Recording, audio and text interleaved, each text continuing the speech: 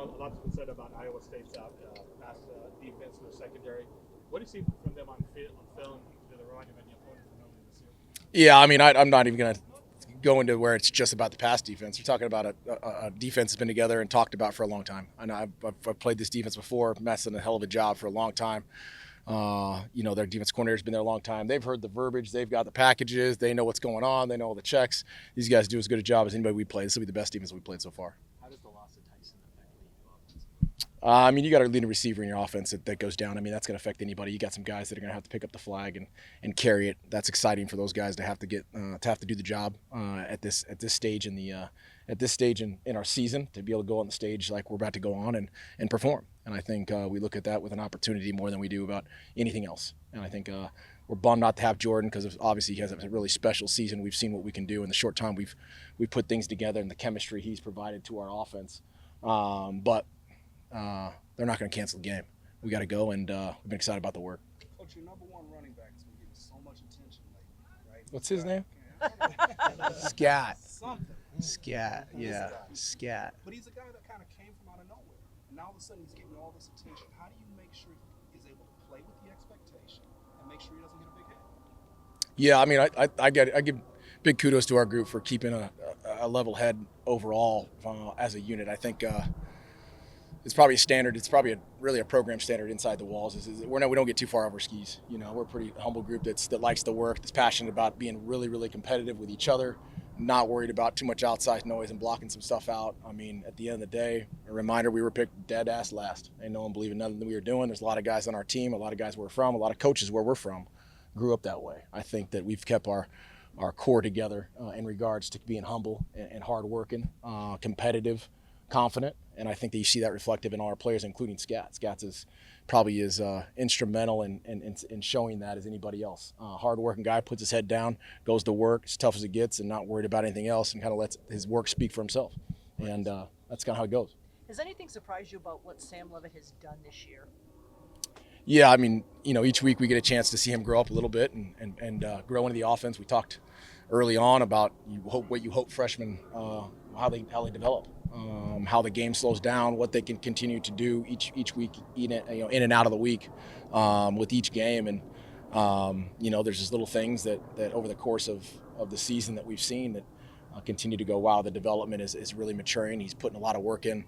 Again, my hat's off to the way he comes in every day and tries to start fresh and gets after it. For a freshman to be able to have that type of mentality is really says a lot to what we've got going moving forward and what he's done. Coach Sam said yesterday, he was asking about the atmosphere of Saturday. He said, I'm going to take it all in, and then I'm going to just kind of go into my bubble and get ready to play a game. Yeah. How do you talk about the rest of the offensive guys, just what to expect Saturday in that atmosphere? Yeah, same way. Most of us coaches and myself included have been some big games like this. It's been fun. You get a chance to kind of preview it for them a little bit. You know what it's going to be like. Get excited about it. I'm not a believer in scaring the crap out of guys where you all of a sudden, hey, it's going to be so tight. It's going to be this. Don't take it in. It's going to be. You can't do it that way. That's not the way it works. I wasn't like that as a player. I'm not like that as a coach. You want to take it in, man. Take it all in, but learn how to. You got to kind of teach guys how to turn it off at a certain point, how to develop that kind of bubble mentality that you've kind of seen from our guys, as you've probably seen if you've been around games where we've been there. But pregame, there's a lot of our guys are pretty calm.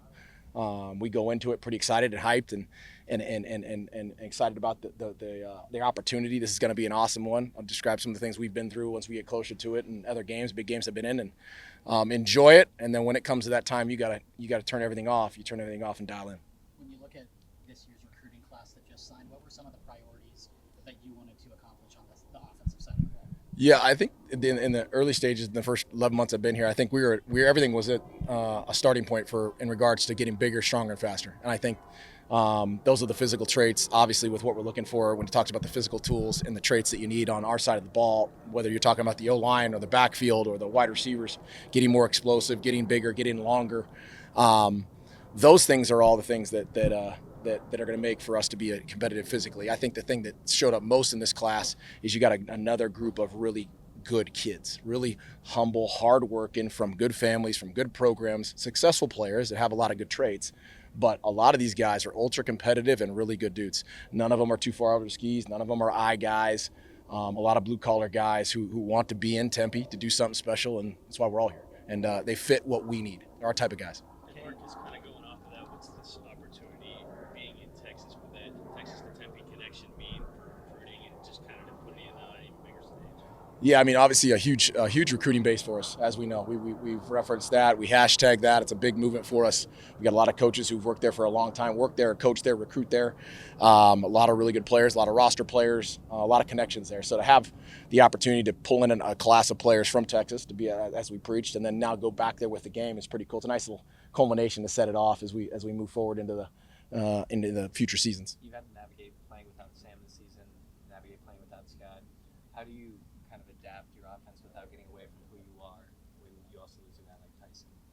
Yeah, we're gonna have to be a little creative in how we get guys the ball, move them around, some different packaging. You guys have seen it a lot. You've seen different formations. You've seen guys in different spots and ball carriers and different ways to manipulate the formations or eye violate or whatever we need to do and leverage the defense. And we're gonna have to do that again to provide a little bit of spark and to create to try to shrink that gap of things we've lost. And that's gonna be a challenge versus a really good team. Coach, last one for me. What's Sam's chemistry like with the guys who need to step in for Jordyn? Good. I think there's the guys who are stepping in. A lot of the guys have been here. The only guy who's really pulled back up, McLean, who's back out there with us, Malik, which is awesome to get him back out for the season. Things like this in the bowl season, you can get young guys back out there, guys who wouldn't count for their eligibility is really cool. So Malik's the guy, but Malik had a bunch of experience in the fall camp. And so that's good. He's not a guy who's just fresh off the bench who we haven't seen. They've never communicated.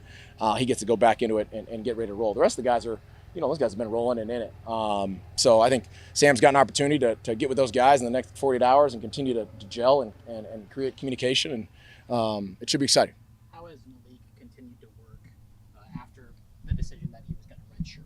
Yeah, I mean, we've had the weird thing, we've had 2 bye weeks, right? So we've had a chance to see him for two weeks in the season where we got to put those guys out there for a ton of reps in those weeks where we weren't doing much with the starters. So it's actually been worked out probably to our benefit to see him challenge him and get to coach him for those 2 bye weeks.